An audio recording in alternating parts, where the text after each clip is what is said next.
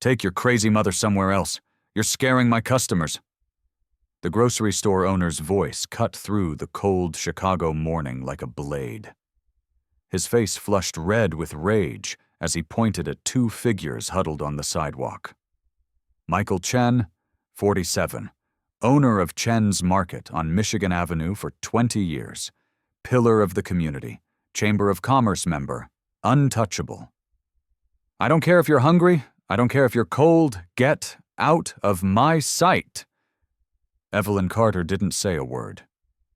She rose slowly from the frozen concrete, slipped the stale piece of bread she'd pulled from the dumpster behind the bakery into her jacket pocket, then gently helped her mother to her feet. Maggie was in the middle of a paranoid episode, jabbing a finger at the sky, screaming at pigeons that she insisted were government spies. Pedestrians hurried away. A few stopped to film on their phones, giggling. Eve was 27 years old, homeless, sleeping in a 1998 Honda Civic with a broken air conditioner. She'd once been a full scholarship student at Northwestern University, top of her class in mathematics. Now she worked whatever jobs would take her, washing dishes, clearing tables, handing out flyers. No boss kept her long, because every few days she had to call out suddenly to care for her mother. No boss accepted that. What happened next would change everything she thought she knew about family, loyalty, and the price of survival. Comment where you're listening from. Subscribe to channel. Let me tell you who Evelyn Carter really was before the world tried to erase her. Born Evelyn Hayes in 1997 to Richard and Margaret Hayes. Middle-class family. Father worked as an accountant. Mother was an elementary school teacher. They lived in a small house in Evanston. Not rich, but comfortable enough. Eve showed signs of genius early. By age 7, she was solving algebra problems that confused high school students. By 12, she'd won every math competition in the state. Her parents divorced when she was 14. Standard story. Dad got tired of the responsibility, but here's what nobody knew. Richard Hayes didn't just leave. He abandoned them completely. No child support, no alimony, no forwarding address, just a note on the kitchen table that said, "I can't do this anymore." Margaret Hayes, Eve's mother, had always been anxious. High-strung, people called it. The stress of single motherhood on a teacher's salary, combined with the betrayal and abandonment, shattered something fundamental in her mind. Within 6 months, she'd developed full schizophrenia, hallucinations, paranoid delusions, days where she didn't recognize her own daughter. Eve was 15 years old. She tried to keep going, tried to keep her mother stable while maintaining her grades. She got a full scholarship to Northwestern at 17, the youngest student in her cohort. Her professors called her a once-in-a-generation talent. She was going to change the field of applied mathematics. Everyone said so. But Margaret got worse. She'd wander into traffic, set fires in the apartment because she thought they were listening through the electrical outlets. Eve couldn't leave her alone. She couldn't afford the kind of psychiatric care her mother needed. Teacher's insurance didn't cover it. Medicaid had a 2-year waiting list. Eve dropped out of Northwestern halfway through her sophomore year. She told herself it was temporary, just until she got her mother stabilized, just until she figured things out. She never went back. The landlord evicted them 6 months later. Margaret's screaming disturbed the other tenants. Eve lost her job at the campus bookstore when she didn't return to school. They spent 1 month in a shelter, but Margaret's episodes terrified the other residents. The shelter asked them to leave for everyone's safety. They'd been living in that 1998 Honda Civic for 2 years. The car barely ran. The air conditioning had been broken since Eve bought it for $800 from a man at a gas station. She parked it in different places each night so the police wouldn't cite her for illegal camping. She worked every minimum wage job she could find. Most of her money went to food, and what medication she could afford for her mother from the community health clinic. Their meals were leftovers from restaurants, sometimes bread from dumpsters. Chicago winters were brutal. Temperatures dropped below zero. Eve gave her mother the only blanket and curled up shivering through the long nights. There were times she thought she wouldn't make it to morning. But she always did, because her mother needed her. What Eve didn't know was that someone was watching her. Someone who would pull her into a world where leather and chrome meant more than blood, where loyalty was earned through steel and fire, and where the father who'd abandoned her had already set in motion a betrayal that would nearly destroy everything she'd fought to protect. It started 7 months before everything exploded. A small bakery called Helen's Bakery on the corner of State Street. Eve had been sitting outside the shop every morning for a week, waiting for them to open so she could ask for day-old pastries. Sometimes they gave them to her, sometimes they chased her away. This morning was different. An older woman stepped out at 6 a.m., gray hair twisted in a neat bun, kind eyes behind reading glasses. Helen Chen. She didn't shout. She didn't threaten. Instead, she went back inside and returned with a hot cup of coffee and a freshly baked croissant, steam still rising. "You've been sitting here every morning for a week. I think it's time we properly met." Eve looked up, suspicious. Kindness always had a price. Helen sat down beside her on the cold step, not caring that her white apron would get dirty. "I'm Helen. And you?" "Evelyn. Eve." "So, Eve, tell me, why is a young girl like you sitting here every morning?" Eve meant to lie. She was used to lying. But when she looked into Helen's eyes and saw no judgment, no contempt, only genuine concern, she couldn't. The truth spilled out. About the father who'd left 12 years ago. About the mother whose mind had broken. About dropping out of Northwestern. About the car with the broken air conditioner. About the nights so cold she thought they'd die. Helen listened without interrupting. When Eve finished, Helen asked, "Can you wash dishes? Sweep floors? Carry trays?" Eve blinked.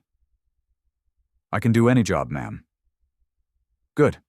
You start tomorrow. I pay by the day. And your mother can sit in the back room while you work. I've got a small sofa back there." Eve couldn't believe what she was hearing. "Why? Why would you help us? You don't even know who I am." Helen smiled sadly. "Because 40 years ago, I was you, sleeping in a car with a sick child, wondering whether tomorrow would be better or worse. Someone gave me a chance. Now I'm giving that chance to you. The next day, Eve began working. She cleaned, served customers, learned how to knead dough and bake bread. Maggie sat in the back room on the old sofa. Some days she was clear-headed and helped fold pastry boxes. Some days she screamed at the wall. Helen never complained. Not once. 3 months passed. Eve's life changed completely. She had steady income. Helen let them live in a small apartment above the bakery, asking no rent. For the first time in 2 years, Eve slept in a real bed, took hot showers, ate 3 meals a day. One afternoon, Helen caught Eve scribbling complex mathematical equations on pastry wrapping paper during her break. "Where did you learn this?" "Northwestern, before everything happened." Helen looked at Eve differently. "Then you're not just an ordinary waitress, are you?" Eve didn't answer. She only went back to work. 6 months with Helen were the happiest of Eve's adult life. She should have known good things never lasted. 5:01 a.m. on a Tuesday. Eve woke like always, getting ready to help Helen knead dough for the first batch of bread. But the lights in the shop weren't on. Helen always turned them on at 4:30. Always. Eve pushed open the back door. It was wide open. Her heart clenched. Helen lay on the cold kitchen floor. one hand still gripping a sack of flour that had spilled around her like white snow. Her eyes were closed. Her face looked strangely peaceful. "Helen." Eve ran to her, dropped to her knees, shook her gently. No response. She touched Helen's hand. Ice cold. The body was already stiff. Eve called 911 with trembling hands, but she already knew. Heart attack. Helen had died while preparing to open the bakery she'd loved for 40 years. Alone in the kitchen at 4:30 a.m. Helen had no family, no husband, no children, no one at all. The bakery was sold to pay debts and funeral costs. The new owner was a heavy-set man with calculating eyes who came on the third day and said, "I don't need freeloaders. Get out before the weekend." Within 1 week, Eve lost everything. The job, the apartment, the only person in the world who had cared. Helen's funeral took place on a rainy day. Eve was the only one who came besides the attorney handling the will. She stood by the simple coffin, rain soaking through her clothes, and whispered, "Thank you for seeing me. Thank you for giving me 6 months to be human again. I'm sorry I couldn't save you the way you saved me." That afternoon, Eve led her mother back to the Honda Civic. It was still parked in its old spot in the alley, as if it had been waiting for them to come home. 2 months after Helen's death, Eve found a new job. She became a server at the Iron Horse Roadhouse, a biker bar on the south side of Chicago. The first time she stepped inside, Eve felt like she'd entered another world. The place was dark, lit by neon beer signs and dim overhead lights. The smell of motor oil, leather, and whiskey hung thick in the air. Chrome motorcycles lined up outside like soldiers. Men in leather vests covered with patches lounged at tables, tattoos covering their arms. Women in tight jeans and tank tops laughed loudly, their voices cutting through the rumble of classic rock from the jukebox. Eve wore a black uniform and moved among people who probably made in a single night more than she did in a month. She didn't know who owned this place. She didn't know what deals happened in the back rooms. She only knew the pay was decent and the tips were generous. For her, that was enough. Eve worked the night shift, 9 p.m. to 3 a.m., so she could care for her mother during the day. Maggie stayed at a shelter every night. Eve hated leaving her there, hated the damp smell, hated the rows of cots pressed close together, hated how people looked at her mother like she was a burden. But she didn't have another choice. At the bar, Eve kept her distance from everyone. No small talk, no friendships. She'd learned that lesson already. Every time she let someone close, they left. One night, the atmosphere in the bar suddenly changed. The other servers began whispering, straightening their uniforms, standing taller. "Reaper's coming tonight. Everyone brace yourselves." Eve turned to a coworker. "Who's Reaper?" The girl stared at Eve like she'd just asked if the earth was round.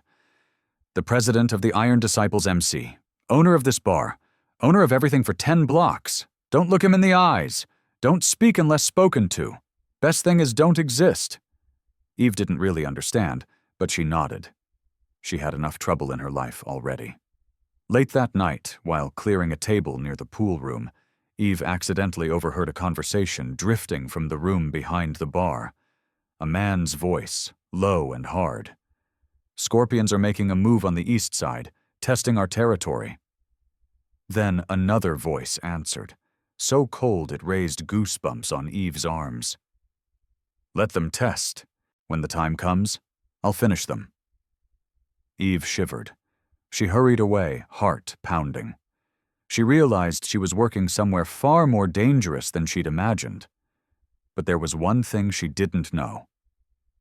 At 11 p.m., Eve passed a shadowed corner behind the bar and saw something unusual. A girl sat alone, head bowed over a table, books and papers spread around her, her shoulders shaking. She was crying. Eve hesitated. This wasn't her business. But then she remembered herself at 15, crying alone after her father left. She walked over. "Hey, are you okay?" The girl looked up, face blotched red, eyes swollen from tears. "Do I look okay?" Her voice was both angry and desperate. Eve looked at the table. A math test lay in the middle of the scattered books. A bright red F stamped across it. "I'm stupid," the girl said, voice catching. "Everyone knows it. The teachers, the other kids, my father." Eve stayed quiet for a moment. Then she asked gently, "Can I look at your test?" The girl looked surprised, then shoved the paper over. Maybe she thought Eve would laugh too, like everyone else. Eve scanned the test for 30 seconds. She saw the problem immediately. "You're not stupid," she said. "You're just doing it the wrong way. Let me show you." Eve took a pen and rewrote the problem differently. She explained each step, simple and clear, without complicated terms. The girl stared at the paper, and little by little, her eyes began to brighten. "Wait, that's all it is? That's all it is?" Eve nodded. "Math isn't hard. It's just that sometimes it's taught the wrong way." The girl looked at Eve like she was a miracle. "Who are you?" "Just a server." The girl was silent for a moment, then suddenly blurted out, "Can you teach me? Not here. Somewhere private. My father can't know." Eve shook her head. "I'm just a server. I'm not a tutor." "Please," the girl begged. "I'll pay whatever it costs." Eve looked into the girl's desperate eyes. They were the same eyes Eve had seen in the mirror 12 years earlier. A lonely child who felt she wasn't enough, aching for someone to believe in her. "Keep your money," Eve said. "I'll help you, but this stays between the two of us." The girl's face lit up. "I'm Chloe Thornton." Eve didn't know that 10 minutes of conversation in the dark corner of a biker bar would change her life forever. She'd just agreed to secretly tutor the daughter of the most dangerous man in Chicago. Harold Washington Library. 4 p.m. on a Thursday, a quiet corner on the 4th floor. This became their secret place. 3 times a week after Chloe's school day, and before Eve's shift at the Iron Horse, they met here. Chloe lied to her bodyguards, telling them she was in a study group. Eve stole 2 precious hours before she had to go to work. No one knew. No one was allowed to know. The first week was the hardest. Chloe had lost faith in herself long ago. She believed she was stupid, that math wasn't meant for her. Eve had to break that wall before she could teach anything. She didn't just teach formulas. She taught Chloe how to see problems differently. She taught her that being wrong didn't mean failure. It meant a chance to understand more clearly. She taught her that being smart wasn't knowing everything. It was not quitting when you didn't understand. In the first 2 weeks, Chloe went from an F to a D. In weeks 3 and 4, from a D to a C. By the second month, the girl had reached a B. With every small step forward, Eve celebrated as if it were a great victory. Because for a child who'd once believed she was worthless, every step forward was a miracle. One afternoon, in the middle of a lesson, Chloe suddenly asked, "Why are you helping me? You don't even know who my father is." Eve paused and looked out the library window. "Because someone once helped me when I had nothing at all. I'm just passing it on." "Who was it?" Eve was silent for a long time. Helen's image rose in her mind. The small kitchen at 5 a.m., the smell of freshly baked bread, the gentle smile. Chloe didn't ask again. Maybe she could hear the pain in Eve's voice. Instead, she began to talk about her own family. "My mother died giving birth to me," Chloe said, her voice growing smaller. "I've always felt like it was my fault, like I took her life so I could exist." Eve took the girl's hand and listened in silence. "My father loves me, I know that, but he doesn't know how to show it. He only knows how to give money, buy expensive things, hire security. He thinks money can fix everything. But I don't need money. I just want him to be proud of me, just once." Eve understood that feeling more than anyone. Meanwhile, Eve's life kept moving. Every morning, she picked Maggie up from the shelter. Every night, she brought her mother back before going to work. There were good days when Maggie recognized her, even smiled. There were bad days when she looked at Eve like a stranger, screaming that she wanted to go home, even though she didn't know where home was. Eve used her tips to buy medication for her mother. Not enough money for the good kind, only the cheap, generic kind. But something was better than nothing. Then, that day arrived. Chloe ran into the library, glowing, a sheet of paper in her hand. She threw her arms around Eve and sobbed. "I got an A, my first A in my whole life." Eve held her and her own tears spilled over. She cried from pride. She cried because she remembered herself once, the top student with a future bright as a promise. She cried for the education dream she'd been forced to give up. "I knew you could do it," Eve whispered. "I always knew." But they didn't know that Chloe's success had created consequences. The teacher called Jake Reaper Thornton, praising his daughter's remarkable leap forward. Reaper was surprised. He studied Chloe over dinner that night. "How did you improve so fast?" Chloe tried to keep her face calm. "I just studied harder." Reaper didn't believe it. From an F to an A in 2 months. No one did that alone. He called his second-in-command into his office that very night. "Chains, find out what my daughter does after school. Every detail. Don't miss anything." Under the flickering fluorescent lights of a public library, 2 girls from 2 different worlds found what they needed. Chloe found a teacher. Eve found a purpose. But someone was watching, and their secret was about to be exposed. Tuesday, 5 p.m., Harold Washington Library, 4th floor. Their familiar corner. Eve and Chloe were studying like always. Chloe was laughing, talking about her strict literature teacher. Eve was explaining a geometry problem. Everything was normal. Until Chloe suddenly froze. Her smile vanished. Her face went pale as if she'd just seen a ghost. Eve turned around. Jake Reaper Thornton stood in the doorway. He was 41 years old, 6'3", built like someone who'd spent his life fighting. His leather vest was covered in patches, Iron Disciples MC across the back, President Rocker on the front, various pins marking years of membership. His arms were covered in tattoos, eagles and skulls and flames. His dark hair was pulled back in a ponytail. His gray eyes, cold as a Chicago winter, swept the room and stopped on their table. Behind him were Chains, his second-in-command, and 2 massive club enforcers. Their faces were expressionless as stone. The library felt like the air had been sucked out. People nearby began to leave. No one dared stay close to these men. Jake Reaper Thornton wasn't the kind of man who smiled. At 41, he'd buried a wife, built an empire, and learned that trust was a luxury he couldn't afford. The line of his jaw was sharp enough to cut glass. His presence alone made people step aside without being told.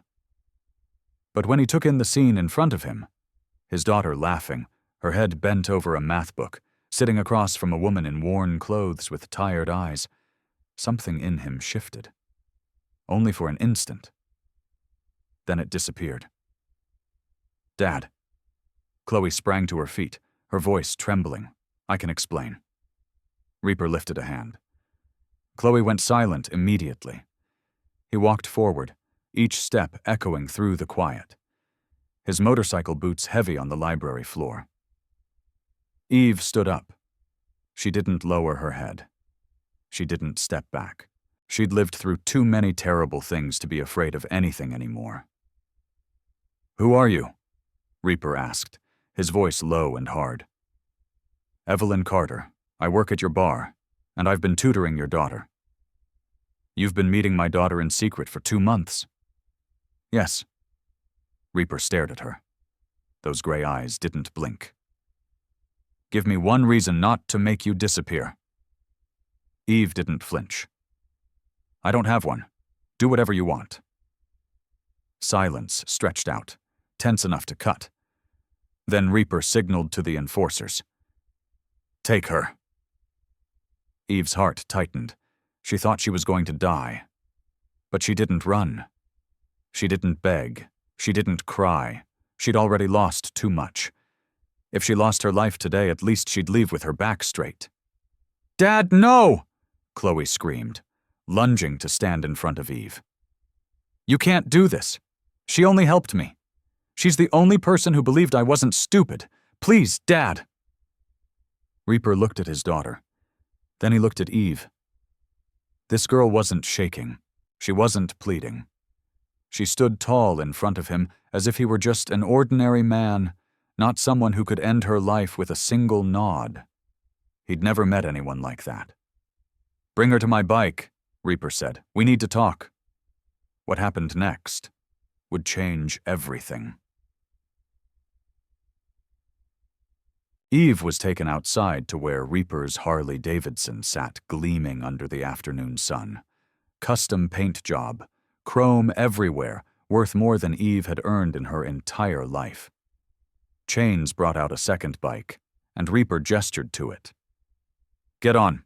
We're going for a ride." Eve had never been on a motorcycle in her life, but she climbed on behind Reaper without hesitation. Chloe was kept behind, her worried face watching them leave. They rode through Chicago. The engine roared beneath them. Wind whipped Eve's hair. For a moment, she forgot she might be riding to her own execution. For a moment, she just felt the power and freedom of the road. They stopped at Lincoln Park, near the lake. Reaper got off his bike and walked to a bench overlooking the water. Eve followed. For several minutes, neither of them spoke. Finally, Reaper said, "My people tell me you're homeless, sleeping in a car with a mother who's mentally ill, dropped out of Northwestern halfway through. You have nothing." "You did your homework," Eve said calmly. "I always do. Now tell me, why are you helping my daughter? What do you want?" "I don't want anything. She needed help. I helped, that's all." Reaper stared at her. "Nobody does anything without wanting something back." Eve met his eyes directly. "You're right. I want to see her succeed. I want to prove that one person can make a difference, and I want to feel useful once in this miserable life. There. Are you satisfied?" Reaper fell silent. In his mind, thoughts churned. This girl wasn't like anyone he'd met in the MC world. Not afraid, not flattering, not hungry for money. She could die right now and still wouldn't lower herself. "My daughter went from an F to an A in 2 months," he said slowly. "The teacher thinks it's a miracle." "It isn't a miracle," Eve said. "She's smart. She just needed someone to teach her the right way." Reaper turned to look at the lake. Boats moved slowly across the water. "It isn't a miracle," he repeated, softer. Then, without warning, he said something Eve didn't expect. "She hasn't smiled like that since her mother died." Eve went quiet. She didn't know what to say. 15 years, Reaper continued, still looking at the water. 15 years I gave her everything money can buy. The best schools, the best clothes, security 24/7. And you, a stranger with nothing at all, gave her something I couldn't." He turned back to Eve. His gray eyes were still cold, but something else was there now. Not a threat anymore. Something Eve couldn't read. Anger, curiosity, or something else entirely. "Don't go anywhere," he said. "We're not finished talking." Still by the lake, Reaper made a phone call to Chains. When he turned back to Eve, his gray eyes weighed her as if measuring every detail. "Your mother. What's wrong with her?" Eve stayed guarded. "Why do you care?" "Answer the question." "Schizophrenia?" Eve said after a moment. "It started after my father left 12 years ago. And you've taken care of her alone ever since. Since I was 15. Yes." Silence stretched between them. Reaper didn't speak. He only looked at Eve, his face unreadable.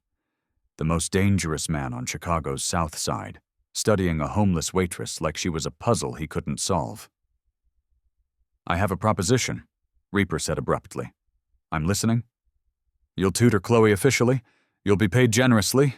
You'll move into the guest house on my property, so you'll be available whenever she needs you." Eve blinked. She thought she'd misheard. "What?" "You heard me." Eve stared at him, searching for any sign of a joke or trap, but Reaper's face was completely serious. "And my mother?" Eve asked. "What about her? I'm not going anywhere without her." "If you want me, you take her too. No negotiation." The silence turned sharp. Eve held her breath. She knew she was gambling. A man like Reaper wasn't used to conditions. He could get angry. He could pull the offer back. He could do something worse. "If that's a problem, then thank you for the offer. But no." "She comes too," Reaper cut in. Eve went still. "Just like that?" "I don't do anything halfway, Miss Carter," Reaper said, his voice still even. But there was something different in it.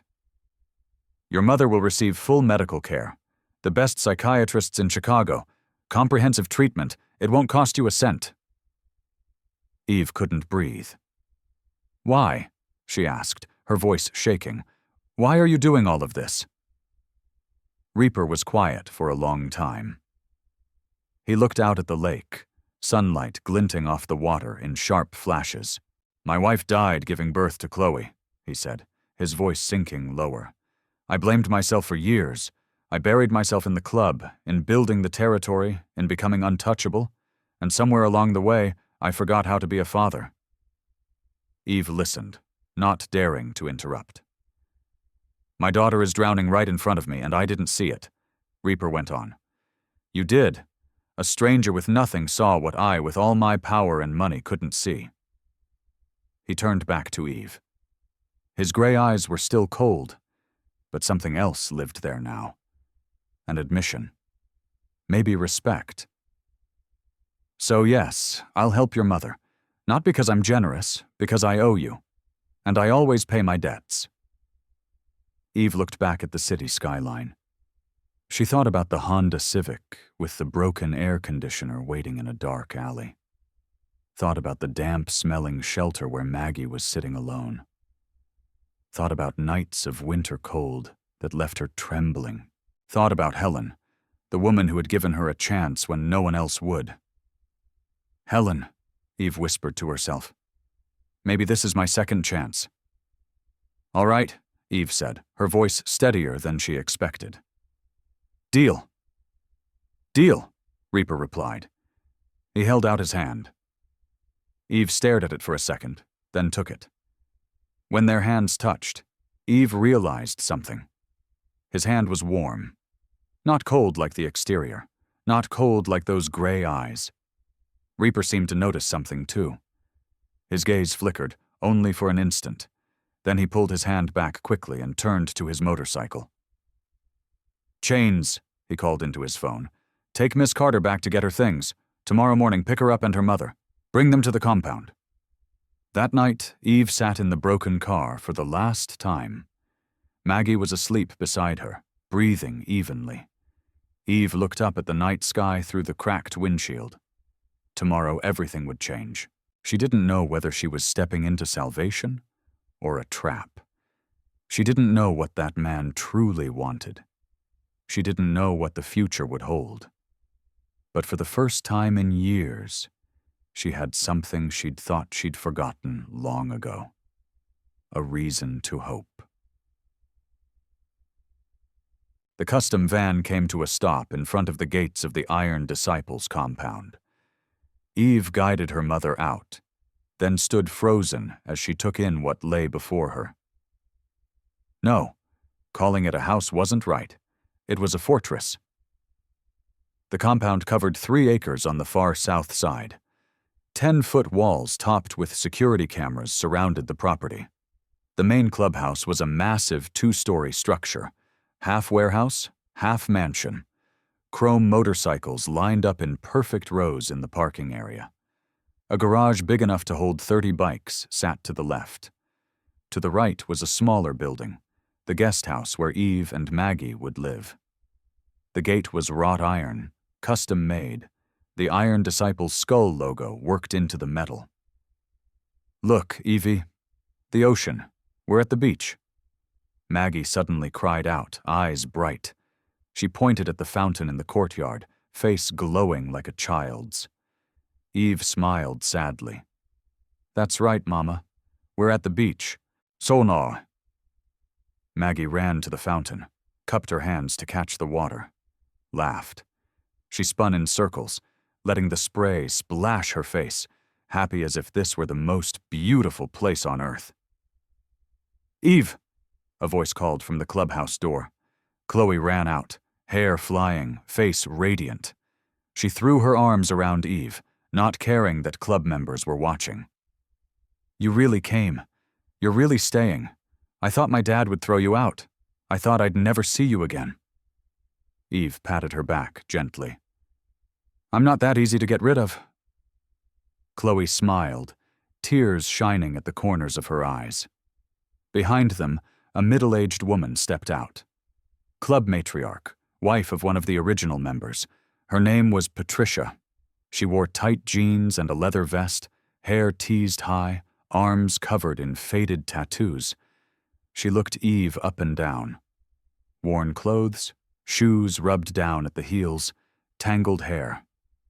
Then she looked at Maggie dancing around the fountain. Contempt was plain in Patricia's eyes. Even though she didn't say a word, Eve noticed that look. She was used to it, used to being judged, used to being looked down on, used to being seen as trash. She didn't care. She didn't have the strength to care anymore. "Patricia." Reaper's voice came from the doorway. He stepped out, leather vest over a black t-shirt, boots heavy on the concrete. His gray eyes swept over the scene. "Yes, Prez?" "This is Evelyn Carter. She and her mother will be staying in the guest house. You will treat them with the respect you give my daughter. Is that clear?" Patricia swallowed. "Yes, Prez." Reaper looked straight into her eyes, his voice dropping, sharper. "I asked if that was clear." "Perfectly clear, Mr. Thornton." Reaper nodded, then turned to Eve. "Chains will take you to the guest house. If you need anything, say so." Then he turned and walked back inside without another word. The guest house sat at the edge of the compound, separated from the main clubhouse by several dozen meters. When Eve opened the door and stepped inside, she had to swallow a gasp. 2 bedrooms, a spacious living room, a small kitchen with everything it needed. All of it clean, bright, warm. Bigger than anywhere she'd ever lived in her life. A real bed with soft blankets, heat that worked, hot water running from the tap. Eve helped her mother onto the sofa. Maggie fell asleep immediately, her face peaceful in a way it hadn't been for a long time. Maybe for the first time in years she felt safe. Eve stood in the middle of the room and looked around. Then she began to cry. For the first time in months, the tears came hard and fast beyond her control. She wasn't crying from sadness. She was crying because she didn't know what to call it. Relief, gratitude, fear, all of it at once. "Is this real?" she whispered, her voice breaking. "Please, God, please let this be real." A soft knock came at the door. "Eve, are you okay?" Chloe's worried voice floated in from outside. Eve wiped her face quickly, drew a deep breath, and opened the door. "Yeah, I'm okay. I'm just adjusting." Chloe looked at Eve's reddened eyes, but didn't mention the tears. She only took Eve's hand and squeezed it gently. "I know this is a lot, but you're safe now. I promise." Eve looked at the 15-year-old girl comforting her, and without meaning to, she smiled. "When did you grow up so fast?" "Because I have a good teacher," Chloe said with a grin, then hugged Eve again before running back to the main clubhouse. That night, Eve lay on a real bed for the first time in months. Not hungry, not cold, not afraid of being woken by strangers or police. She should have felt safe. But lying in the dark, staring up at the ceiling of a room that wasn't hers, she couldn't shake one thought. What does he really want from me? The truth was coming, and it would be more devastating than anything she could imagine. 1 month passed. Eve slowly grew used to her new life. A life she'd never dared to dream of. Every morning at 8 a.m., a nurse came to check on Maggie and make sure she took her medication on time. From 10 a.m. until noon, Eve tutored Chloe in the private study inside the clubhouse. In the afternoon, she had time for herself, reading in the clubhouse library or walking through the compound grounds. In the evening, she ate dinner with Chloe and Reaper. He was often absent because of club business, but on the nights he was there, the atmosphere turned strange. Tense, as if something invisible were stretched tight between them. Reaper began to appear more often during the lessons. He sat in the corner of the room, silently watching Eve teach his daughter. At first, Eve felt observed, but not in a threatening way, more as if he was trying to understand something. Sometimes he asked questions. "Why do you explain it that way?" Eve answered. "Because she's a visual learner. She needs to see the pattern, not just hear the formula." Reaper would nod and store it away. No further comment. But Eve noticed afterward, when he spoke to Chloe, he began explaining things with more concrete examples. He was learning how to be a father from her. Small moments began to add up. One morning in the library, Eve and Reaper reached for the same book on a high shelf. Their hands brushed. They both pulled back at once, as if they'd touched fire. At one dinner, Eve looked up and caught Reaper watching her. His gaze had softened. Not as cold as the first day anymore. Something else lived there. He turned away quickly and went back to eating as if nothing had happened. Once, Maggie suddenly became agitated, running through the compound yard, shouting about things that weren't there. Eve ran after her, trying to calm her down, and Reaper was the first person to appear at Eve's side. He didn't say anything. He simply helped Eve guide Maggie back to the guest house. His face showed no irritation, no disgust, only understanding. Then that night came. 2 a.m. Eve couldn't sleep. She tossed on the bed, thoughts turning too loud, and finally decided to go out and walk in the compound yard. The night air was cool. Moonlight flooded the grounds. And she saw him. Reaper sat alone on a stone bench beside the fountain, a bottle of whiskey set next to him, his eyes fixed on nothing. He looked strangely lonely. The most powerful man on Chicago's South Side, sitting here alone at 2 a.m., drinking and staring into the void. Eve meant to turn back. She didn't want to intrude. But Reaper spoke. "Can't sleep either?" Eve stopped. Then she walked over and sat down on the bench, keeping a safe distance from him. Neither of them spoke for several minutes, only the sound of water from the fountain and the rustle of wind in the trees. "My wife loved this place," Reaper said suddenly, his voice low and far away. "She used to sit here every night before bed. She said the stars in Chicago weren't as bright as back home in Montana, but they were still beautiful." Eve listened in silence. "You must miss her." Reaper took a swallow of whiskey. "Every day. It's been 15 years, and it still feels like yesterday." He paused and looked up at the sky filled with stars. "You know what the worst part is?" "What?" "Chloe is exactly like her. The same eyes, the same smile, and every time I look at my daughter, I see the woman I lost." Eve understood then. Now she understood why he always kept his distance from Chloe. The pain was too much. Every glance at his daughter reminded him of what he'd lost. The silence stretched. Reaper didn't deny it. "Maybe," he whispered. Eve stared out into the distance.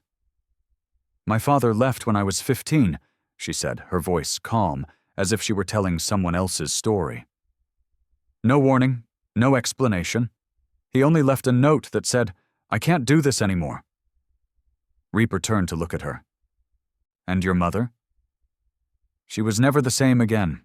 Something broke inside her. The doctors called it schizophrenia. I call it a shattered heart that forgot how to heal." "You were just a child. You shouldn't have had to carry that alone." Eve smiled sadly. "Life doesn't care about should or shouldn't. It just happens." They sat in silence for a few minutes. No one spoke, just two people under the stars, sharing the loneliness they'd carried for so many years. "Thank you," Reaper said suddenly. Eve turned toward him. "For what?" "For not telling me it wasn't my fault. Everyone else says that, but it doesn't help." Eve looked at him. For the first time, she met those gray eyes without fear. "Because it was your fault. And it wasn't. Both things can be true at the same time." Reaper looked at her, and Eve saw something else in his eyes. Not the familiar coldness, not the calculating gaze of a club president, but vulnerability. For the first time, he let her see the real person inside. That night, something shifted between them. They were no longer just an employer and a hired hand, no longer strangers forced into the same circumstance. They were two broken people who had finally found someone who understood. And that was more dangerous than anything either of them could recognize. But there was one thing neither of them knew. The father who'd abandoned Eve 12 years ago had just made contact with the club's most dangerous enemy, and the betrayal he was about to commit would nearly destroy everything Eve had fought to protect. 3 weeks after that conversation by the fountain, Reaper brought Maggie to see Dr. Nathan Cole, the leading psychiatrist in Chicago. Lakeside Psychiatric Hospital was unlike anywhere Eve had ever taken her mother. There were no dark, mildew-reeking hallways, no screams echoing from patient rooms, no indifferent looks from staff who'd grown too used to suffering. Instead, the rooms were bright. Sunlight poured through large windows, clean, quiet. The staff smiled and spoke patients' names with respect. Dr. Cole was a middle-aged man with warm eyes and a patient voice. He didn't treat Maggie like a crazy patient. He treated her like a human being who needed healing. In the first week, the second week, Maggie was put on new medication. Her body responded well. The delusions began to fade. She no longer screamed at walls or talked to people who didn't exist. By the third week, Maggie began to have longer stretches of clarity. She knew where she was. She asked about Eve. She even remembered the doctor's name. Eve began to hope. For the first time in 12 years, she dared to think that maybe her mother would come back. Then the 20th day arrived. Dr. Cole called Eve into his office. His expression was grave. Eve's heart clenched the moment she saw that look. "Miss Carter, I need to be honest with you," Dr. Cole said, his voice gentle but heavy with what he couldn't hide. "Your mother's condition is very severe. Many years without proper treatment have caused significant damage." Eve swallowed. "What does that mean?" "It means a full recovery is unlikely. She may never return to who she was before." Eve didn't say anything. She stood up and walked out of the office. Her feet carried her to the restroom. She locked the door, and she cried. Silently. Desperately. She leaned her back against the cold wall, both hands clamped over her mouth so no one would hear the sobs. 12 years. 12 years of fighting. 12 years of sacrificing everything. And now the doctor was telling her her mother would never come back. Was all of it meaningless? When Eve stepped out, eyes red and swollen, she saw Reaper standing in the hallway. He didn't say anything about her puffy eyes. He only said quietly, "I heard. I'm sorry." Eve didn't answer. She just stood there, exhausted, hollow, empty. "Don't give up," Reaper said, his voice unexpectedly soft. "Go see her." Eve looked at him. She didn't understand why he was here, why he cared.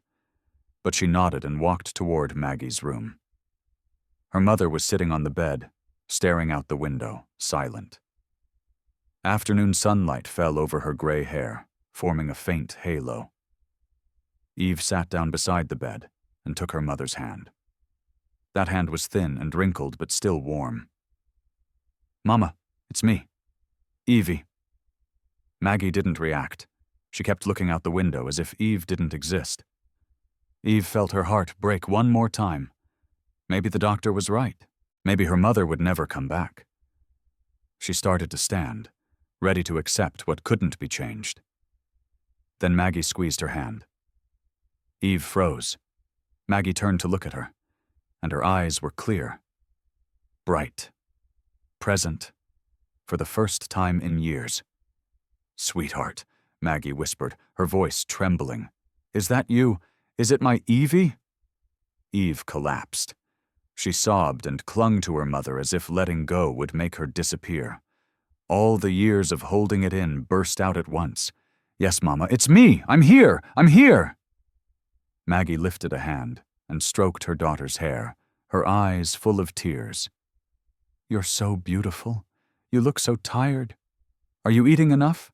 Eve cried and laughed at the same time. "Yes, Mama, I'm eating enough now." Outside the hospital room window, Reaper stood in silence, watching.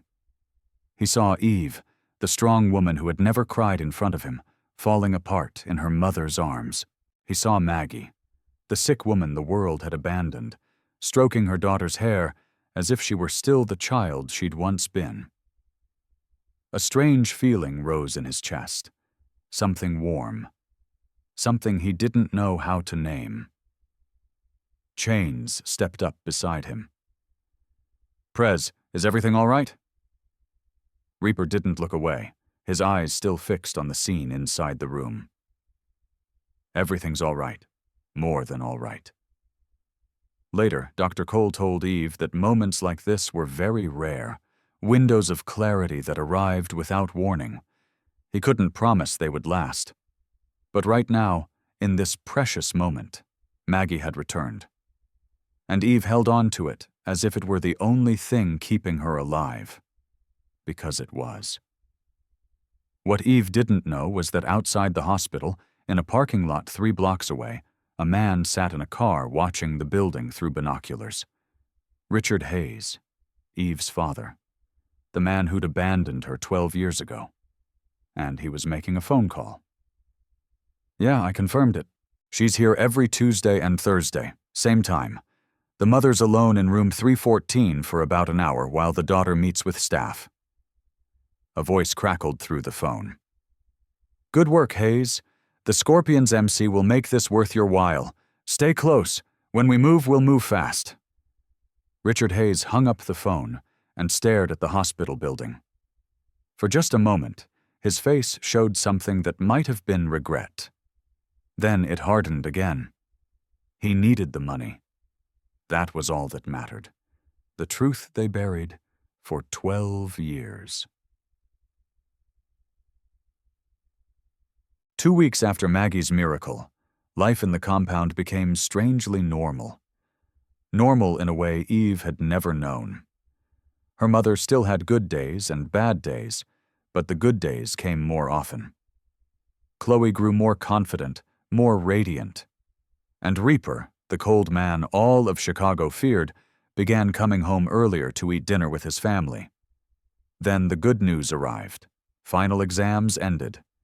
Chloe earned an A in every subject, for the first time in her life. Street Catherine Academy called with praise. Chloe had made astonishing progress and had the potential to become the top student in her class. Reaper decided to host a small dinner to celebrate. Only 4 people: him, Chloe, Eve, and Maggie. That day was a good day for Eve's mother. She was clear, recognized everyone, even dressed nicely on her own to come to dinner. They sat around the long table in the clubhouse dining room, but there was none of the distant formality of club meetings. They sat close, like a real family. Midway through the meal, Chloe stood up, a glass of orange juice in her hand, her expression solemn. "I want to thank someone," she said, looking at Eve. "Eve, you didn't have to help me. You had every reason to focus on yourself and your mother, but you chose to spend your time teaching a spoiled rich kid who couldn't add fractions." Eve smiled. "You're not spoiled, and you've always known how to add fractions. You just thought you didn't." Chloe laughed, her eyes shining. "What I mean is, you're the big sister I've always wished for, and I hope you know that." Eve felt her throat tighten. She was about to say something when Maggie spoke up unexpectedly. "My Evie is very good at teaching," she said, her voice clear and present. "She used to teach me how to remember things. 'Repeat it 3 times, Mama,' she always said. 'Repeat it 3 times.'" Eve turned to her mother, so shocked she could barely breathe. "You remember that?" 12 years, back when Eve had been a first-year college student, teaching her mother how to remember to take her medicine. And her mother remembered. Reaper looked at Eve across the table. A rare warmth flickered in his gray eyes. He raised his whiskey glass. "To family, however we find it." Their eyes met and held. 1 second. 2 seconds. Too long to be accidental. Eve was the first to look away, her heart beating wild. After dinner, Chloe led Maggie upstairs to the guest house. The girl had grown used to caring for her, treating it as if she were taking care of her own grandmother. Eve stayed behind to clean up, even though it wasn't necessary. Old habits were hard to break. She'd been a server, had lived by clearing other people's tables. She didn't know how to sit still and let someone else serve her. "You don't need to do that," Reaper's voice came from behind her. "We have people for that." Eve didn't turn around. "I like feeling useful." Reaper walked into the kitchen and came close to get a glass of water. The distance between them was close. Too close. Eve could smell his cologne. Leather and motor oil and something else. Something that was just him. "Can I ask you something?" Reaper said. "Depends on the question." "Why do you always keep your guard up?" Eve stopped what she was doing and turned to him. "Because the last time I let it down, I got hurt." "Who hurt you?" "Everyone." Silence. The kitchen suddenly felt smaller. The air grew thick. Eve could hear her own heartbeat. "I won't hurt you," Reaper said, his voice low and deep. "You don't know that." "No, I don't. But I want the chance to prove it." He lifted his hand and brushed Eve's face. His finger stopped on her cheek, warm and gentle. Eve forgot how to breathe. Her heart slammed as if it might break her ribs. They leaned toward each other. Gray eyes into brown, the space between them narrowed. Footsteps sounded in the hallway. A club member passed by. Reaper pulled his hand back as if burned. He walked out of the kitchen without a word. Eve stood alone, hands trembling, her heart still pounding wildly. That night, Eve lay in bed staring at the ceiling. "What are you doing, Eve?" she whispered to herself. "He's your employer. He's a club president. He's dangerous. He's the first person in years who has looked at you as if you weren't broken at all." She shook her head. "No, She couldn't let this happen. She couldn't. But even with her eyes closed, she could still feel his finger on her cheek. Warm. Gentle. As if she were something precious. At the same time, in his office, Reaper sat alone with a glass of whiskey. He stared into the liquid amber without drinking. Chains walked in. "Prez, we need to discuss the Scorpion situation. They've been—" "Not tonight," Reaper cut him off. Chains stopped. He looked at his boss and saw something different, something he'd never seen before. "Prez, is everything all right?" Reaper stared at the drink, his gaze far away. "I don't know." Two people lying to themselves with the same lie. This can't happen. But some feelings don't ask permission. They simply arrive. And neither of them knew that outside the compound walls, in a motel room 3 miles away, Richard Hayes was meeting with members of the Scorpion's MC, planning something that would shatter everything Eve had built. The betrayal was coming, and it would be worse than anything she could imagine. The next morning, Chains knocked on Reaper's office door with a grave expression. "Prez, we have a situation. There's a man at the gate. He claims he's Evelyn Carter's father." Reaper shot to his feet. "Her father? I thought he abandoned her 12 years ago." "He did. But he's back now. Says he's been looking for her everywhere. Heard she's living here." Reaper frowned. "How does he know she's here?" Chains looked at his boss. "That's exactly the question, isn't it, Prez?" Through the security cameras, Reaper watched the man standing outside the gate. Richard Hayes, 52 years old, salt and pepper hair, a weathered face marked by time and maybe by regret. His clothes were old but carefully arranged, as if he wanted to make a good impression. He stood there fidgeting, constantly glancing around, rubbing his hands together. When the gate guards asked his purpose, he broke down in tears. "I just want to see my daughter. Please, I'm her father. Foyt."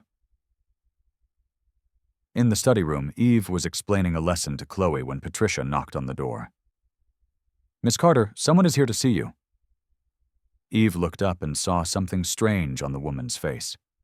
She stood, moved to the window, looked outside, and the blood in her veins turned to ice. The man at the gate, that familiar posture, the way he lifted a hand to smooth his hair when he was nervous. 12 years had passed, but Eve recognized him instantly. "Eve." Chloe's worried voice came from behind her. "What's wrong? You look like you've seen a ghost." Eve didn't turn around. Her voice was only a whisper. "I have." Reaper appeared in the doorway a few minutes later. He looked at Eve, gray eyes searching. "The decision is yours. I can have him removed." Eve was silent for a long time. She stared out the window at the man who had abandoned her 12 years ago, standing there waiting. How many nights had she dreamed of this moment? How many times had she imagined what she would say if she ever saw him again? "No. Let him in. I need to face this." "Are you sure?" Eve turned to look at Reaper. "No, but I've been running for 12 years. It's time to stop." The clubhouse common room.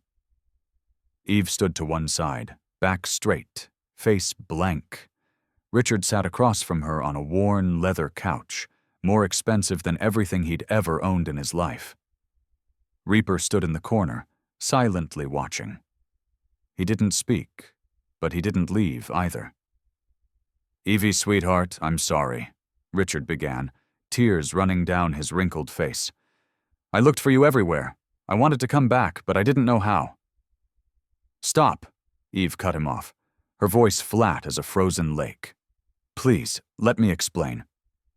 "Explain what?" Eve asked. "Explain why you left a note and disappeared. Explain why you abandoned your wife when she needed you most. Explain why you left a 15-year-old girl to carry everything alone." Richard dropped his head.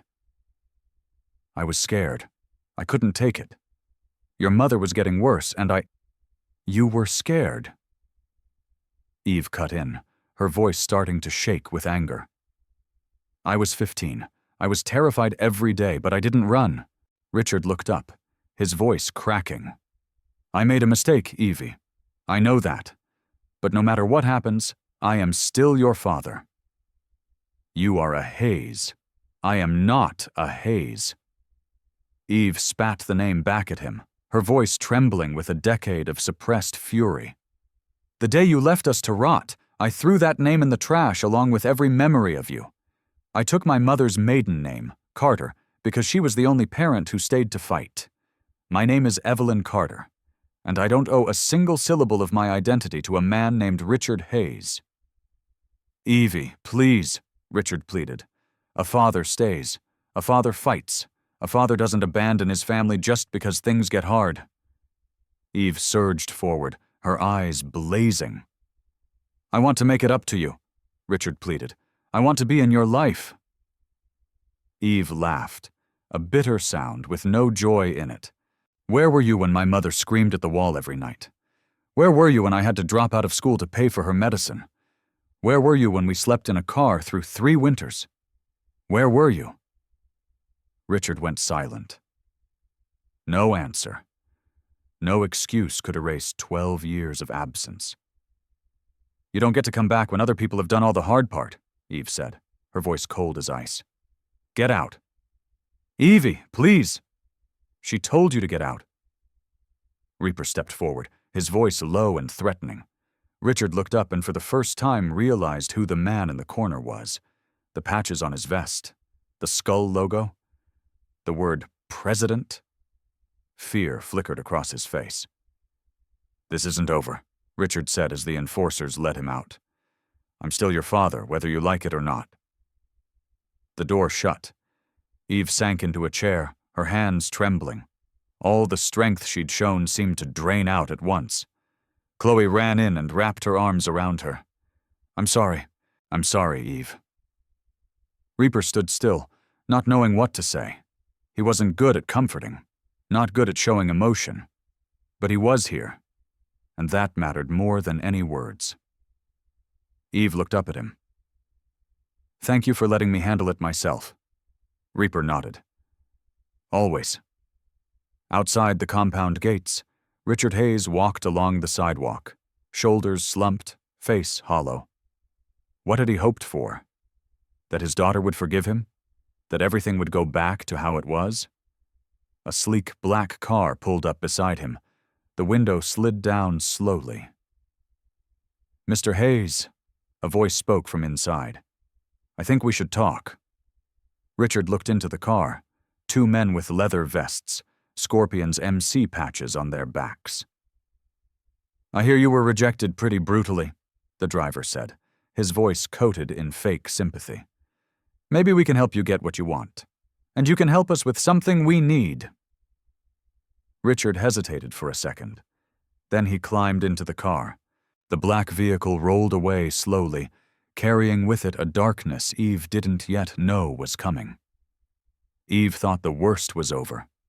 She thought she'd closed the door on the past. She was wrong. The biggest betrayal of her life was about to begin. That night, the biggest storm of the season slammed into Chicago. Rain poured in sheets. Wind howled against the windows. Thunder and lightning tore across the pitch-black sky. Eve lay on her bed, tossing, unable to sleep. In her head, Richard Hayes's words kept echoing. I'm still your father whether you want it or not.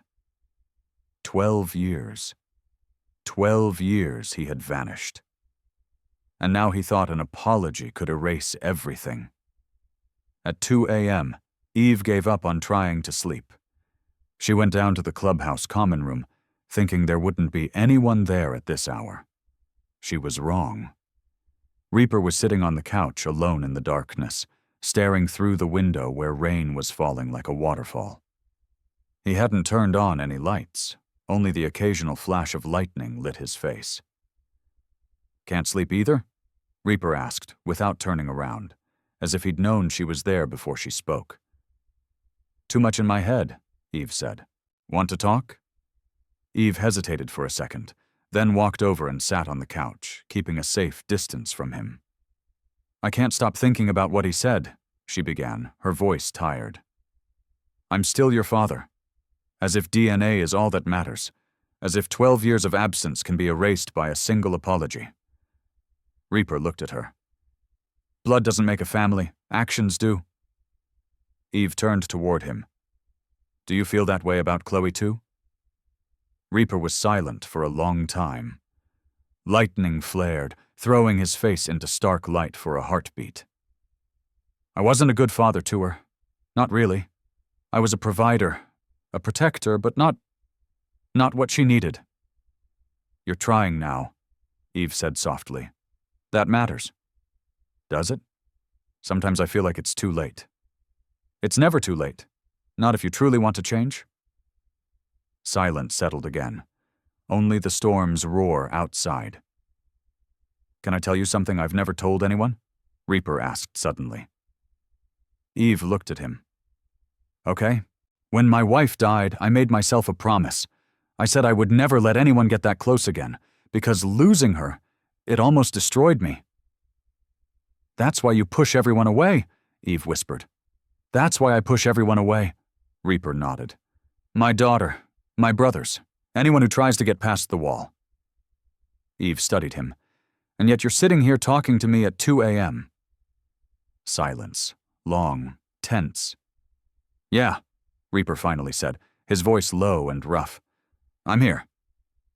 Eve drew a slow breath. Want to know a secret? I'm afraid. Every day in this compound. I'm afraid. Reaper turned to look at her. Afraid of what? Afraid all of this will end. Afraid I'll wake up one day and realize it was just a dream. Afraid someone will decide I'm not worth keeping. No one is sending you away, he said. You say that now. But what happens when I'm not useful anymore? When Chloe doesn't need a tutor? When... Stop. Reaper cut her off. He stood and moved closer to Eve. Her heart began to race. She stood too, not sure why. You think I'm keeping you here because you're useful? Isn't that why? At first maybe, but now... Now what? Reaper lifted his hand and gently tipped her chin up. His fingers were warm against her skin.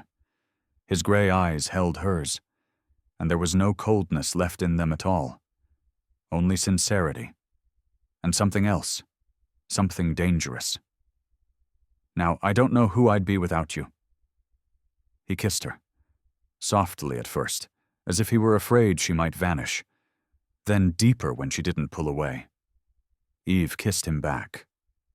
Despite every reason screaming in her head that this was a mistake, that he was her employer, that he was a club president, that he was dangerous, that she was nobody. She didn't care. At least not right now. The storm raged outside. Thunder split the sky. But in this room, there were only two people. Two hearts beating in the same rhythm. When they finally pulled apart, Eve whispered, her breath still unsteady. This is a bad idea. I know. You're my employer. I know. You're a club president. I'm nobody. I have nothing to give you. Reaper looked at her, gray eyes serious and honest. You're the first person in 15 years who's made me feel something. That isn't nothing. That's everything. Eve didn't know what to say. She only stood there in his arms, listening to her own heartbeat, listening to the rain outside, listening to the distant thunder. And for the first time in her life, she felt like she belonged somewhere. Outside, the storm still roared, but inside these walls, something else was happening. Two broken people finding shelter in each other. They both knew it couldn't last. The real world would catch up to them. His enemies, her past, 1,000 reasons why this was impossible. But for one night, they chose to forget them all. What they didn't know was that outside the compound, in that black car 3 miles away, Richard Hayes had just finished making a deal with the devil, and the consequences would shatter everything. 1 week after the kiss in the storm, everything seemed normal. Eve taught Chloe every day, ate dinner with the family every night, sometimes caught Reaper's gaze on her across the table. They didn't talk about that night. They didn't need to. Some things were bigger than words. That morning began like any other. Maggie went to therapy as usual, the nurse taking her to Lakeside Hospital at 8 a.m. Eve stayed home to teach Chloe literature. Reaper left early for a club run, promising he'd be back for lunch. Everything was peaceful. Peaceful enough that Eve should have been suspicious. At 11 a.m., Eve's phone vibrated, an unknown number. She almost didn't answer, but something pushed her to pick up. "Miss Carter." A strange man's voice came through, low and cold. "We have your mother." Eve went rigid. The blood in her body seemed to stop. "What?" "If you want to see her alive again, tell your boyfriend to give us what we want. He has 24 hours. "Who are you? Where is my mother?" Eve shouted into the phone, her voice trembling. "Ask Reaper about the Scorpions MC and tell him this time it's personal." Click. Eve stood there with the phone still pressed to her ear. Her body turned to stone. Chloe looked up from her books. "Eve, what's wrong? You're white as a sheet." Eve didn't answer. She bolted from the room, looking for Reaper. He wasn't home yet. She called him, hands shaking so badly she nearly dropped the phone. "Reaper, someone took my mother. They said something about the Scorpions." Silence for a beat on the other end. Then Reaper's voice came, cold as ice. "Where are you?" "At the compound." "Don't go anywhere. I'm coming back, now." 15 minutes later, Reaper walked through the door with chains and 6 enforcers behind him. He wasn't panicked. He wasn't shouting. His face was cold, controlled, calculating. This was the Jake Reaper Thornton all of Chicago's South Side feared. "Tell me exactly what they said." Eve told him everything, word for word. Her hands shook uncontrollably. When she said the name Scorpions, Reaper's jaw locked. "Scorpions?" he snarled through clenched teeth. "Those bastards." "Who are they? What do they want?" "They're our rival club," Reaper said, his voice hard as steel. "They want our territory, our bar, our blood, and now they're using you to get to me." Chains stepped forward. "Prez, we traced the call, and we found something else. Richard Hayes has been in contact with Scorpions members all week." Eve felt as if a knife had gone straight into her chest. "What?" "He fed them information about Miss Carter's schedule, about Mrs. Margaret's appointments, about security gaps," Chains said evenly. "My own father sold me out," Eve whispered, her voice breaking apart. She sank into a chair. She didn't cry. She didn't scream. She just sat there, empty, as if someone had pulled her soul out of her body. Richard Hayes had abandoned her once. Now he'd betrayed her again, sold her mother to the enemy. For what? Money? Desperation? Or because he had never truly loved them at all? "Chains, mobilize everyone. I want the Scorpions' location within an hour," Reaper ordered, his voice without a tremor. "Prez, this could be a trap." "I don't care if it's a trap. Nobody touches what's mine." Eve looked up at him. "I want to come." "No, it's too dangerous." "That's my mother." Eve stood, looking straight into Reaper's eyes. "I'm going." Reaper looked back at her. He saw the determination in those brown eyes. The same steel he'd seen the first time he met her in the library. This girl didn't know what fear was. "Fine.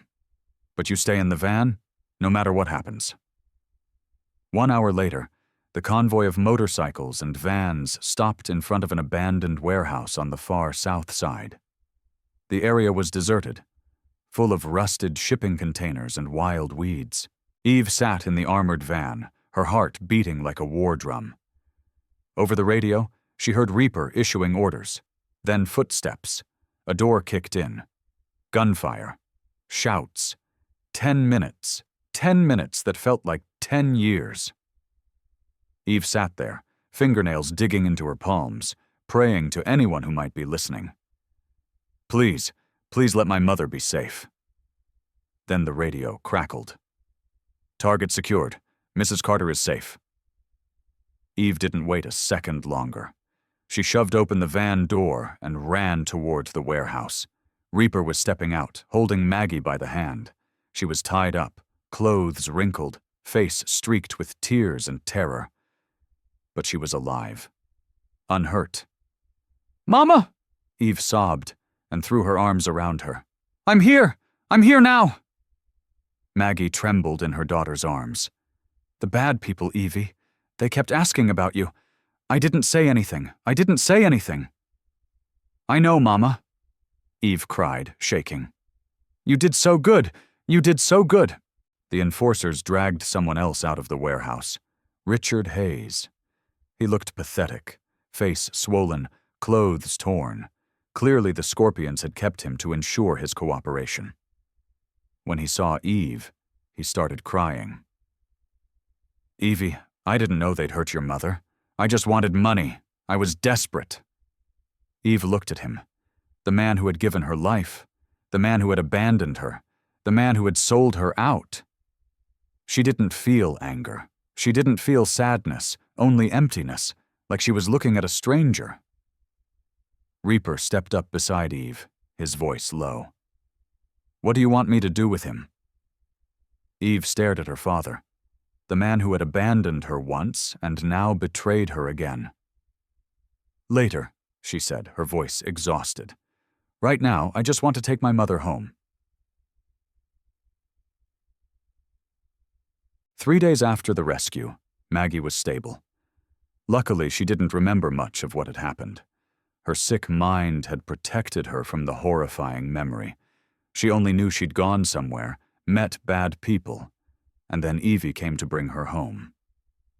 Meanwhile, Richard Hayes was being held in a room in the compound clubhouse, not a prison exactly, but not freedom either. Eve sat in the compound yard, staring into nothing. The fountain still murmured. The afternoon sun was still warm, but she couldn't feel any of it. Inside her head was a tangled mess of thoughts and emotions woven together. Chloe came and sat beside her, quiet for a moment before she spoke. "How do you feel?" Eve let out a breath. "I don't know. Angry, sad, relieved, all at the same time."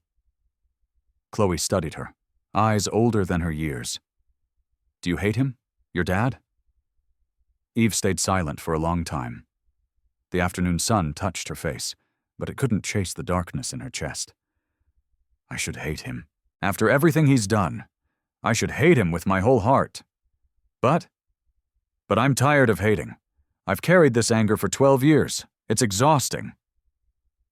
Footsteps sounded across the grass. Reaper came up, his face blank, but his gray eyes watching Eve with a concern he didn't bother to hide anymore. "He wants to see you. You don't have to go. I can make him disappear, and you'll never have to think about him again." Eve looked up. "What would happen to him?" "He would never be found," Reaper said bluntly, without dressing it up. "That's my world, a place where people can vanish and no one asks questions." Eve looked at him. "Is that what you want me to choose?" "I want you to choose what gives you peace. Whatever it is, I'll support it." Eve stood and brushed grass from her skirt. "Take me to him." The holding room was clean but bare. Only a bed, a small table, and Richard Hayes curled in the corner. He looked ruined. 3 days without sleep, without food, terrified and waiting for his fate. When the door opened and Eve stepped in, Richard lunged forward and dropped to his knees at her feet. "Please, Eve, please forgive me. I'll do anything." Eve didn't speak.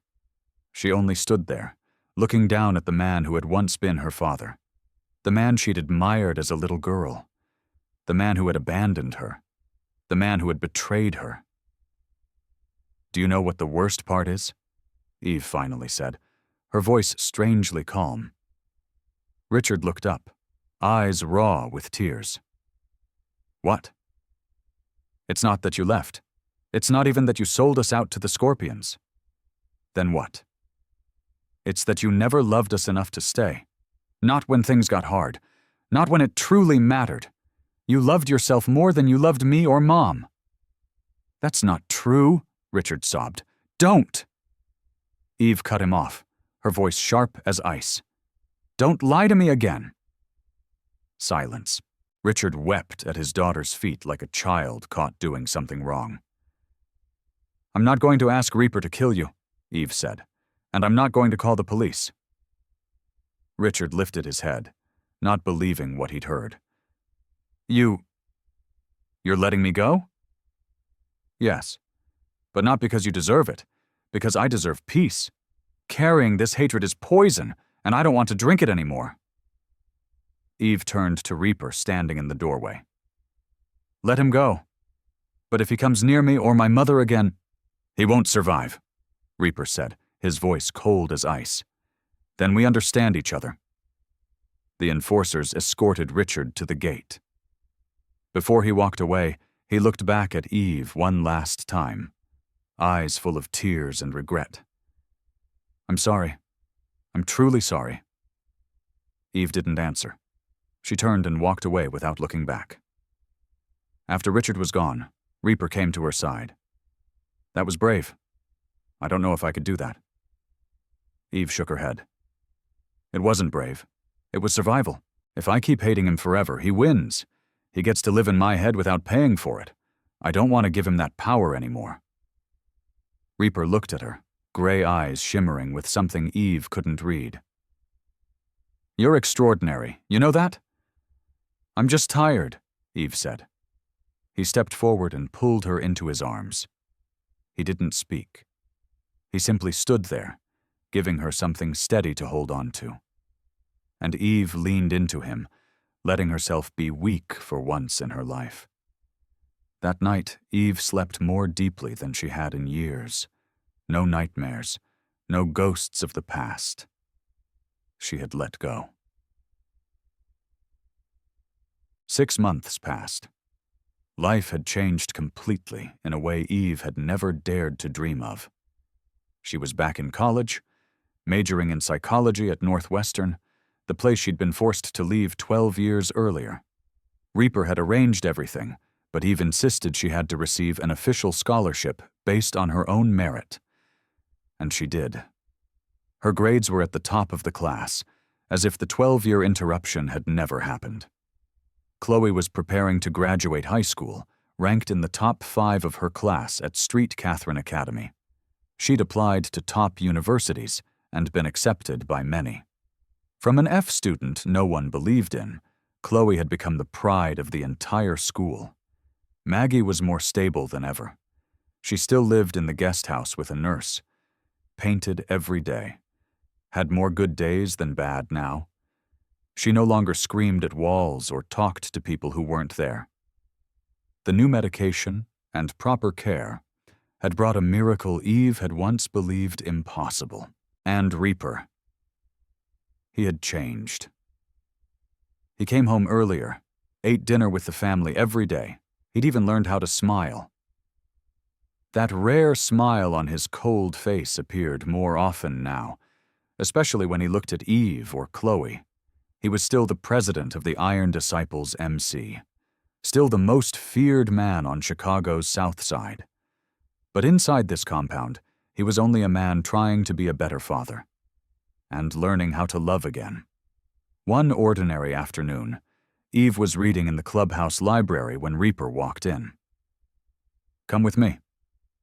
Eve looked up. "Where?" "Trust me." She looked at him and saw something mysterious glittering in those gray eyes. She set her book down and followed him. They rode through familiar Chicago streets on his motorcycle. Eve didn't ask anything else.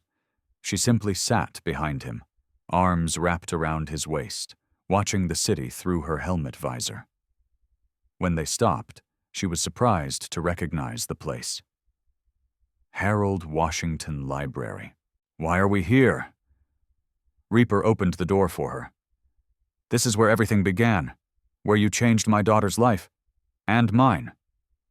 They went inside, rode up to the 4th floor, walked to the quiet corner where Eve had once taught Chloe. Everything looked the same. Tall shelves, flickering fluorescent lights, the old wooden table. 10 months earlier, in this exact place, Eve had met a girl crying over an F in math, and Eve's life had turned in a completely different direction. Reaper turned to look at her. Then, suddenly, he dropped to one knee. "Reaper, what are you doing?" Eve's words caught when she saw him pull out a small box. "Evelyn Carter," Reaper began, his voice low and sincere. "10 months ago, I discovered a homeless server secretly tutoring my daughter in this library. I was angry. I wanted to make you disappear. But then I looked closer, and I saw someone who gave everything without asking for anything in return. Someone who carried the whole world on her shoulders and never complained. Someone who taught me that strength isn't power. It's getting back up every time life knocks you down. I'm not a good man. I've done things I can't take back. My hands aren't clean. My past isn't pretty. I have enemies who want to see me suffer. But you make me want to be better. You make me want to deserve you." He opened the box. Inside was a simple silver ring, not a huge diamond or glittering gemstone, just a silver band with a delicate design. "I didn't buy something expensive because I understand you. You don't want expensive. You want real, so here it is. Real. I love you, and I want to spend the rest of my life cherishing the woman who saw the man I could become." "Will you marry me?" Eve cried. Tears slid down her cheeks, but she was smiling too. She cried and laughed at the same time, as if she didn't know how else to react. "You're an idiot, proposing in a library where anyone can see." Reaper lifted an eyebrow, a flicker of worry crossing his face. "Is that a yes or—" "Yes," Eve cut in. 1,000 times yes. Reaper stood and pulled her into his arms, kissed her between the shelves and the dim lights. A few people nearby clapped. An elderly woman reading close by leaned toward her husband and whispered, "Young love, so beautiful." When they got home, Chloe was waiting at the door, her face bright with anticipation. "Well, how did it go?" Reaper looked at his daughter, the corner of his mouth curving into a rare smile. "She said yes." Chloe screamed and threw her arms around Eve.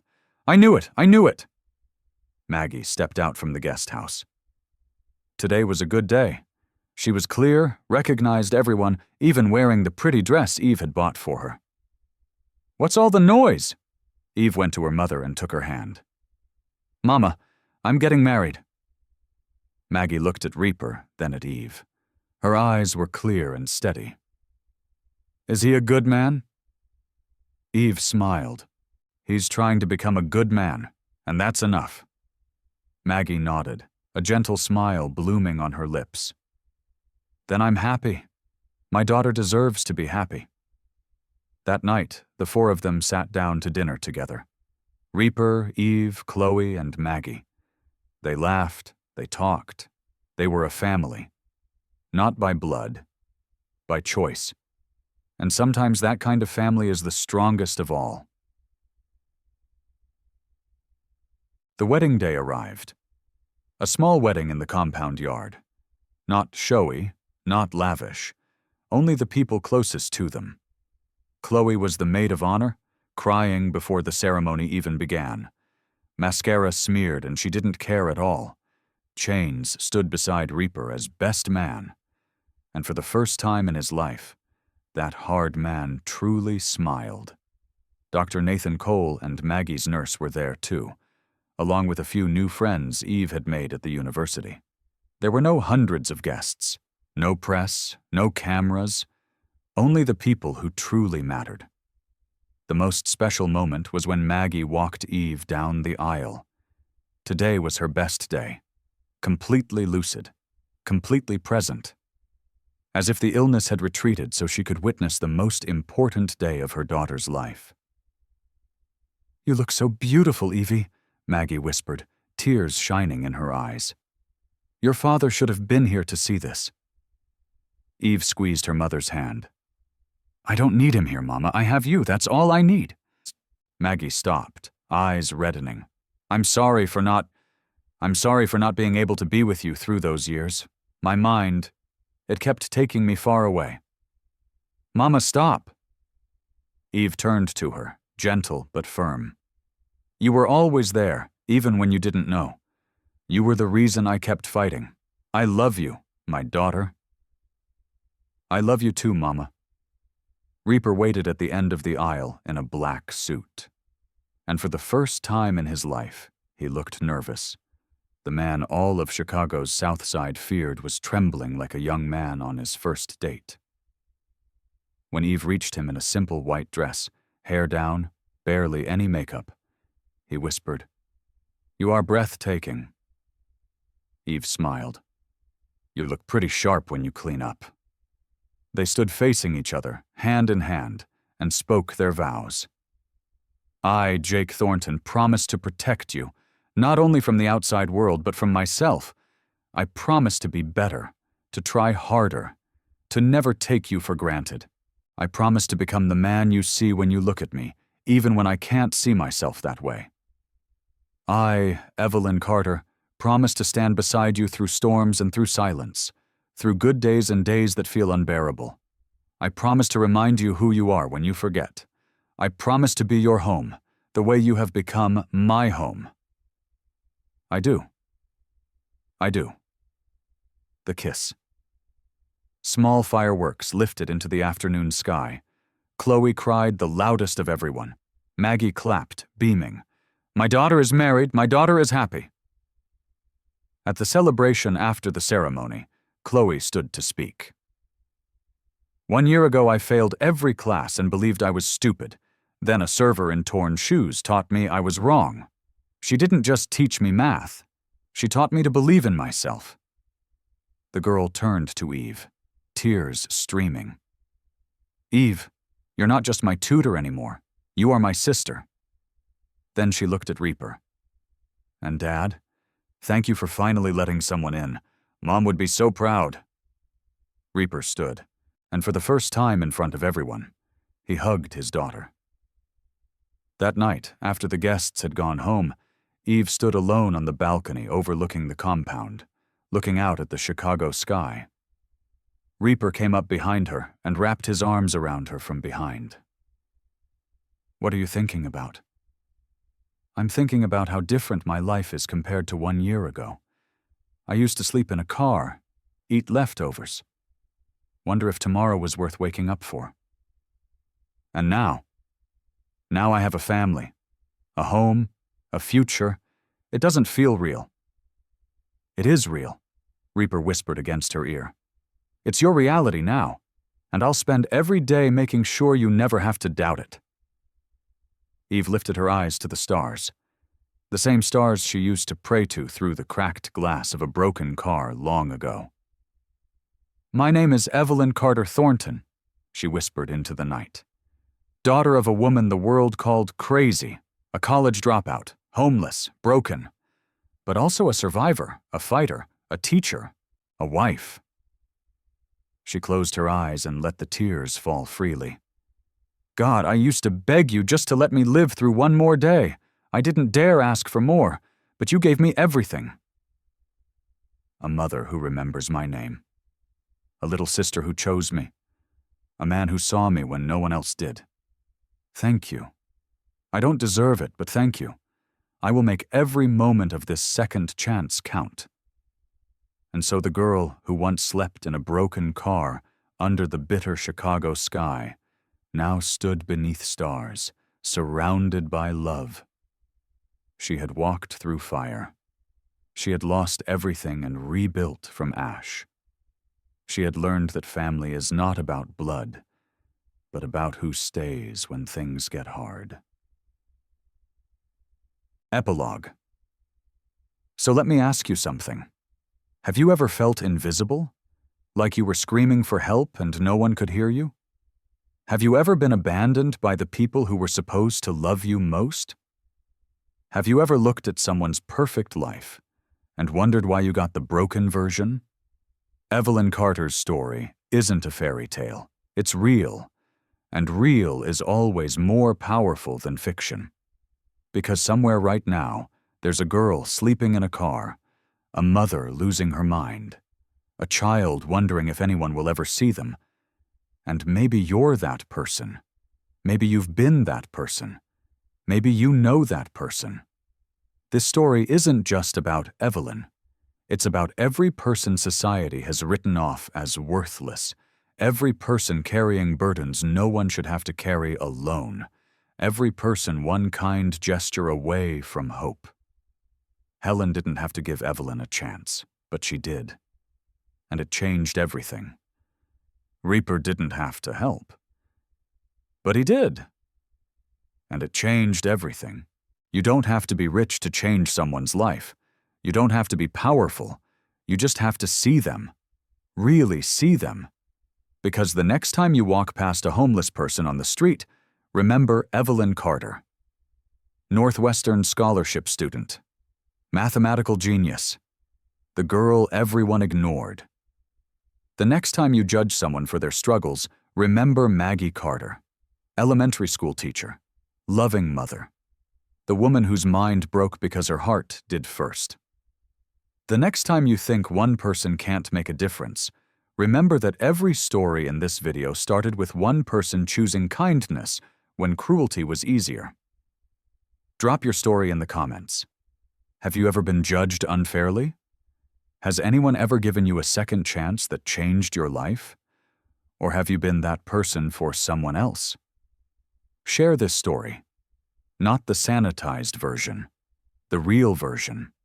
The version that makes people uncomfortable. Because discomfort is where change begins. Because somewhere, a girl is sleeping in a car tonight, wondering if tomorrow is worth seeing. And maybe, just maybe, your share will reach the one person who can help her. Subscribe to channel. Because these stories matter. These people matter. You matter. And remember, no circumstance is permanent. No judgment is final. No person is worthless. Your past doesn't define you. Your struggle doesn't define you. The people who abandoned you don't define you. You define you. Stay just, stay loud, stay free.